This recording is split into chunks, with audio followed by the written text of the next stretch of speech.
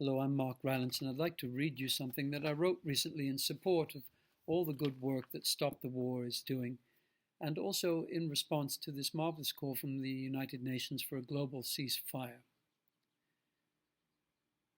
Never in the known history of humanity has there been a stronger sense of our deep connection and dependence, our vulnerable dependence upon each other. Wouldn't you agree? Never have so many patterns of behavior changed so suddenly, perhaps in a way that we won't be able to go back. Many science fiction writers and filmmakers have imagined an alien being uniting us all, haven't they?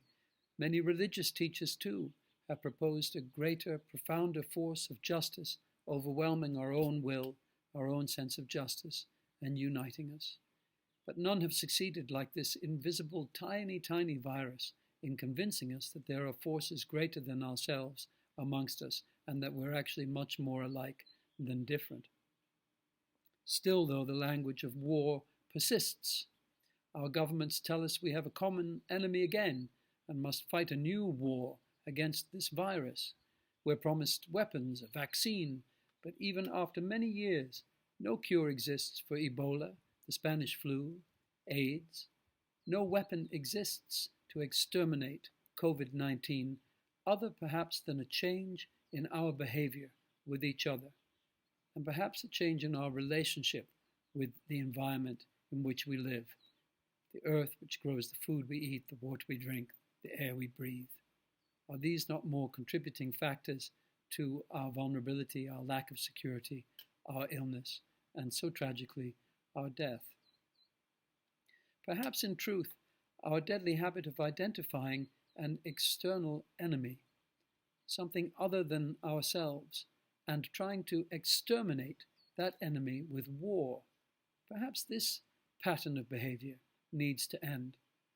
Perhaps our habit of isolating ourselves as the good guys, the good species in nature in its largest sense, surrounded by enemies like this virus or bacteria, weeds, insects, other wild animals, other people of another faith, another political system, another sex, even another color. Perhaps this behavior needs to change, and change now. Perhaps this global ceasefire needs to be called on many, many levels of the way we think about what is us and what is the other. The United Nations is calling for a global ceasefire. Fantastic, wonderful. Let's all get behind it. Trillions of dollars and pounds could be redirected towards real security by a ceasefire. Unestimable human resources, skills, technology, leadership, organization, courage, and imagination could be released and refocused for the common good by a ceasefire. That's often forgotten. It's not just money that war consumes. It's an enormous amount of human talent, human energy, human ingenuity that's wrapped up in war, which could be redirected to causes of much more benefit to humanity.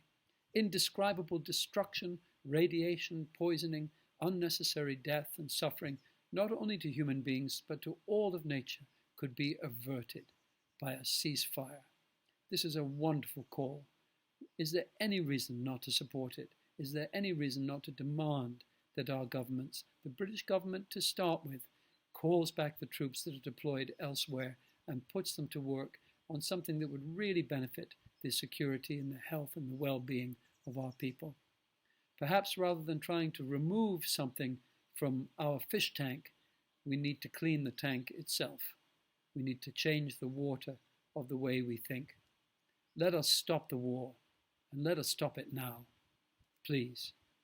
Thanks very much for listening.